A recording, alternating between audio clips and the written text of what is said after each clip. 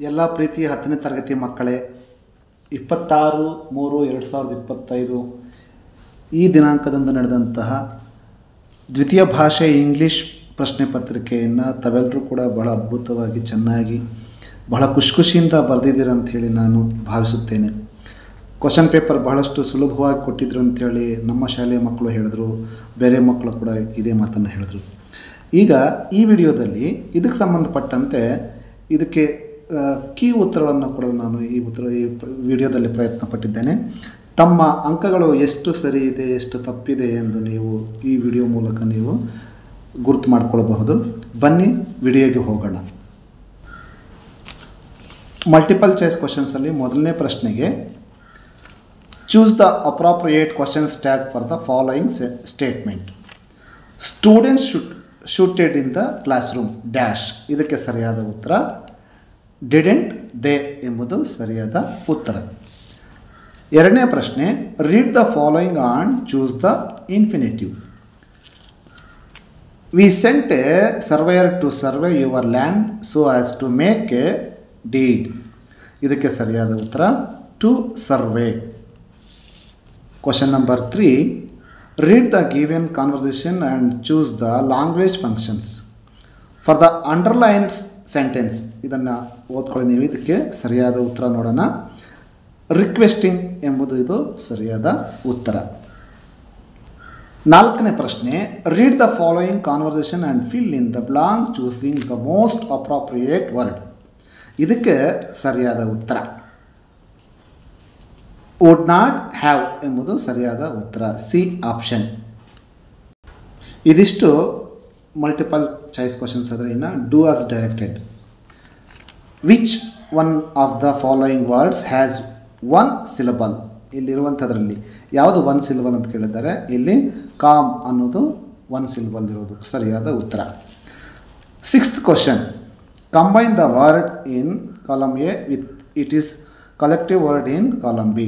ಇಲ್ಲಿ ಟೇಬಲ್ ಕೊಟ್ಟಿದ್ದಾರೆ, ಇಲ್ಲಿ ಲೆಗ್ ಪೇಪರ್ ಕ್ಲಾತ್ ವೈಟ್ ಅಂತ ಕೊಟ್ಟಿದ್ದಾರೆ. ಇಲ್ಲಿ ಟೇಬಲ್ ಇರೋದ್ರಿಂದ ಇಲ್ಲಿ ಕ್ಲಾತ್, ಟೇಬಲ್ ಕ್ಲಾತ್ ಅನ್ನೋದು ಸರಿಯಾದ ಉತ್ತರ.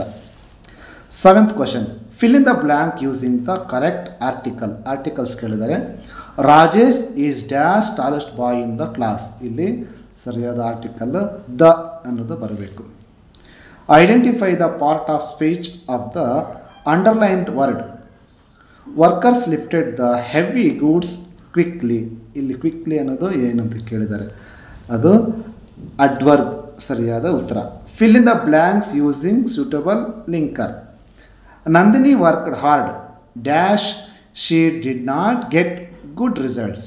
ಇಲ್ಲಿ ಲಿಂಕರ್ ವರ್ಡ್ ಬಟ್ ಅನ್ನೋದು ಇಲ್ಲಿ ಬರಬೇಕು. 10th question fill in the blank with appropriate preposition.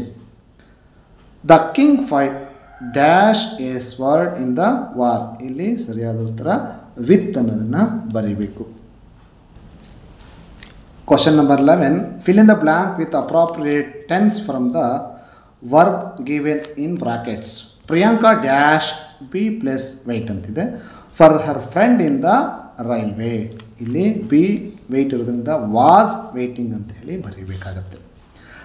Right the correct form of the word given in the brackets.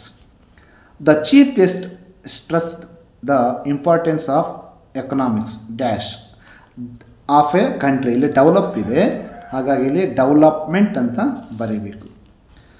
13th question use the word walk as noun in a sentence. Morning walk is good for health. 14th question change into comparative degree. Vijay is the most intelligent student in the class. ಅದನ್ನೇ Vijay is more intelligent than any other student in the class. 15th question change into passive voice. Doctors are treating the patients.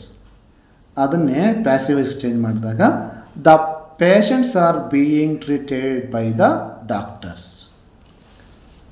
Next 16th question read the following conversation and change the underline sentence into reported speech. ಇಲ್ಲಿ Suresh told Jayant that dash. Suresh told Jayant that he was planning to go to his native place. Next, third main. The following sentence has two errors. Edit the sentence and rewrite it in the answer book. Illi Baleshwar went and grabbed the trains, read emergency chain and pulled it down frantic.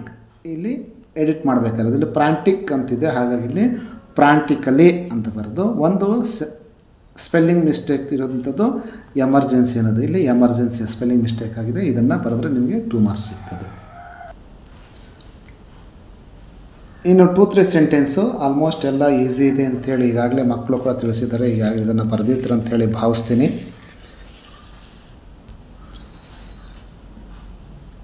Read the following extracts and answer the questions that follow. 27th, a walk in the park might make you feel better. Who gave this suggestion? Aunt Sushila. Who does you refer to? Smita. Why did the speaker say this? To make Smita feel better as she was sad. Sorry. 28. There are limits to patience, sir. Who made this sentence? Diego. Whom did he say so? Don Pedro. When did the speaker say this?